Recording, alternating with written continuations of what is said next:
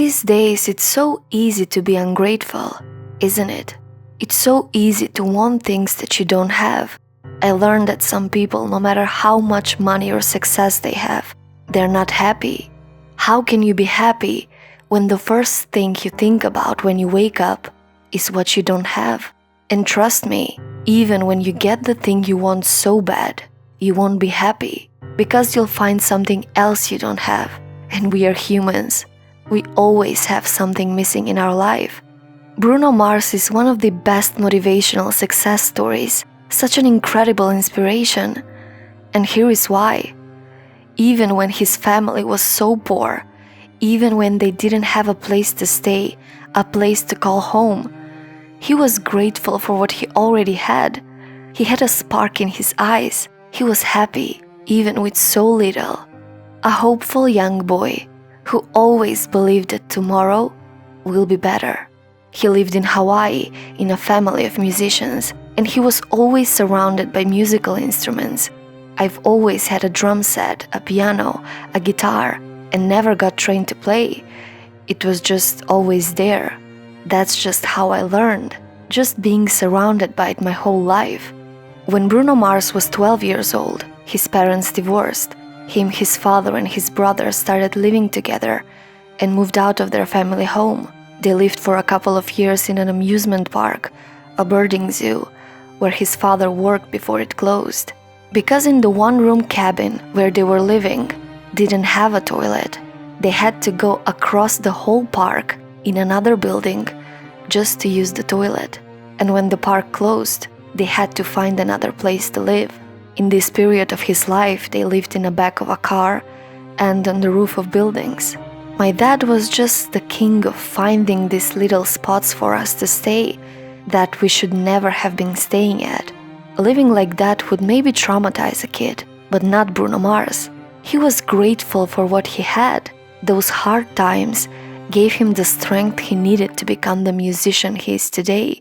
We had it all, you know. We had each other, and it never felt like it was the end of the world. It's alright. We don't get electric today. It's alright. It's temporary. Well, we're gonna figure this out. Maybe that's why I have this mentality when it comes to music, because I know I'm gonna figure it out. Just give me some time. In school, things weren't better. He was bullied by his classmates. After he graduated from high school, Bruno Mars moved to Los Angeles to pursue his music career and chase his dream. After he moved to Los Angeles in 2004, he signed a record contract with Motown Records, but nothing came out of that contract. Those days sucked, but in a beautiful way. Without getting dropped, I might not be here.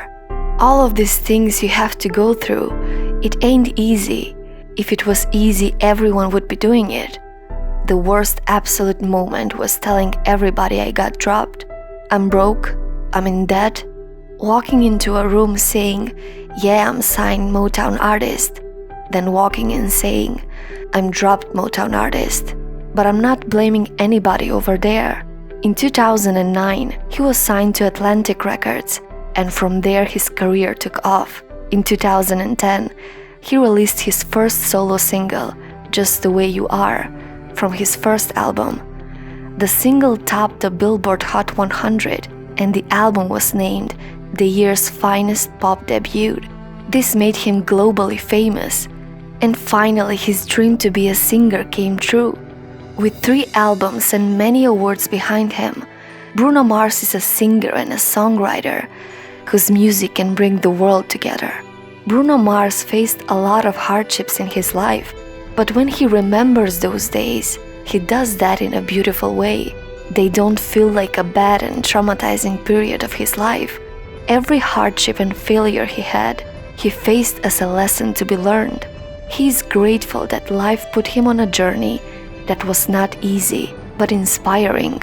Journey filled with obstacles, but also opportunities. Even when times were hard, he never gave up on his dream. A hopeful young boy who always believed that tomorrow will be better. Don't let anyone ever try to stop you. That's what I had to face when I moved up to California.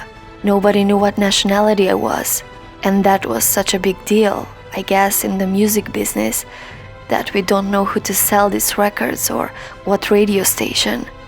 And you know, a lot of people were trying to just tell me, no, you're too unorthodox. That's where unorthodox came from. And if you got your head on straight and you just focus on what it is you love to do and spend all your time practicing your craft, then you have nowhere else to go but up. So, what's your story?